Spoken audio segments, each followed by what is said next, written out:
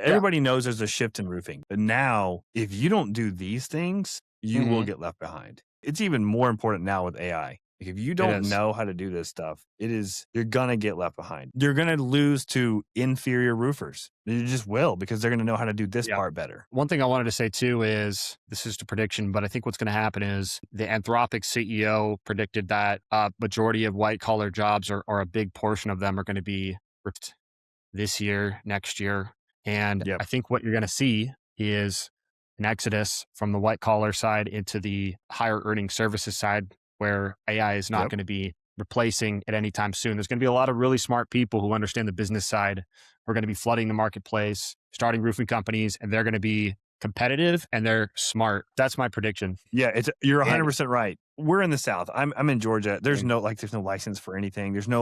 There's no regulation. So like anyone can do any of these home service things. Hmm. Well, when you get a bunch of smart people that are white collar understand business, now it is hard to have like a really high skilled white collar person they can For be sure. good at their skill, but not necessarily understand business. But they're gonna be Right. smart. You're exactly right. And they're gonna know how to leverage not just marketing, but they're gonna understand that doing the math really quickly, I can make more money doing this thing, and the bar is so low Hmm. that Yeah. all I got to do is X, Y, and Z, and that's how I Yeah. felt too going into it because nobody was trying Yeah. any of the marketing stuff. There's no sales process.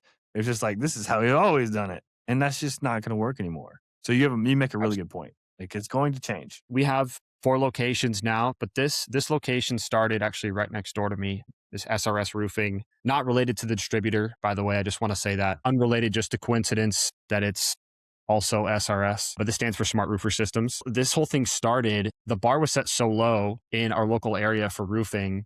And we only found that out that the two partners, the two founders who started SRS, not me, but TJ and Dan, they were trying to get a quote on one of their buildings that they own. They called 4 of the top rated local roofing companies. The first guy, they called multiple times, didn't answer. The second guy came out, didn't send a quote for 3 months. And he actually sent the quote after the job was done. He's like, hey, I totally forgot to send this. The Hmm. third guy was super high pressure, showed up and was trying to like get them to sign on the spot. And the fourth guy, he said he was going to show up and never showed up. And they were like, this is the reality of our local roofing market of the 5-star guys who are out here. They saw a huge opportunity. They've run companies before, they've built and sold companies, and they're like, we should 100% start a roofing company here. And if we just provide better customer service, which for me is like above everything else, if we just provide better customer service, we can win in this market. And it really paid off for them because the first year they invested heavily into marketing and they grew it to multi 7 figures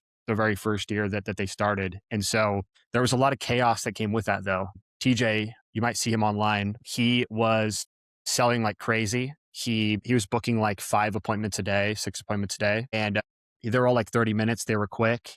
And he was selling a lot, but he barely spent any time with his family. And it was so chaotic. They had tons of crews and a lot of the quality of the jobs crack started to show because of how fast it was growing. And he really had to dial things back because he realized like, okay, I know I can market. I know I can sell. He's got a marketing and sales background. But the fact that it grew so large and he was only one guy and managing all this stuff and trying to orchestrate it was just complete chaos. And so he dialed it back. That's around the time that I came in and really helped pull all the systems together. He had his own systems, but a lot of it was in his head. And so I was able to harness a lot of that, put it all together. We invested a lot into technology, connecting all that stuff together. I have a background in that. That's kind of where the franchise idea started to form was now we created this highly profitable location, multi 7-figure location, whereas before there's a lot of cracks, a lot of profits were kind of leaking out. And now we have this thing where we know this is a smoothly operational system and really a couple guys could run this. You know, we hired a couple team members to manage the front end call center and also the back end finances. All we have to do is focus on sales and operations. And we got the marketing figured out. It's kind of set it and forget it now. We're just zoned in on these sales and operations. And what that allowed us to do was just become, sales savages. We're just out selling, make sure that the homeowners are being taken care of, hiring quality crews that mostly run themselves. We're going to stop by and take a look. But we built this model now. Now we're going to market with it. That's where the franchise idea was born. And one of the biggest problems that we saw when it came to franchises was the fact that a lot of them take way too much percentage of revenue. And it can be anywhere from 6% all the way up to like 12%, which is crazy. So, you're making $1 million in revenue. Well, they're taking 60,000 or 100,000 off of top line, which comes out of your profit margins. And so at the end of the year, it's difficult for even somebody who's running like a $3 million business to justify continuing on, especially if you don't have any ownership rights, or if you own just a small portion of the company, or if you own less than half. It's just like you're almost building something for somebody else. We wanted to completely shift that model upside down, where we put all of the benefits onto the side of the franchisee and we take far less. And the reason we did that was we want to grow, again, coming back to the customer experience, which is really the foundation of everything. Selling at higher profits, having a higher quality process and product really sets you apart from everybody else. It allows you to sell at higher profit margins, allows you to scale, allows you to grow more comfortably without a bunch of chaos and headache. You can only do that if you set things up correctly from the beginning.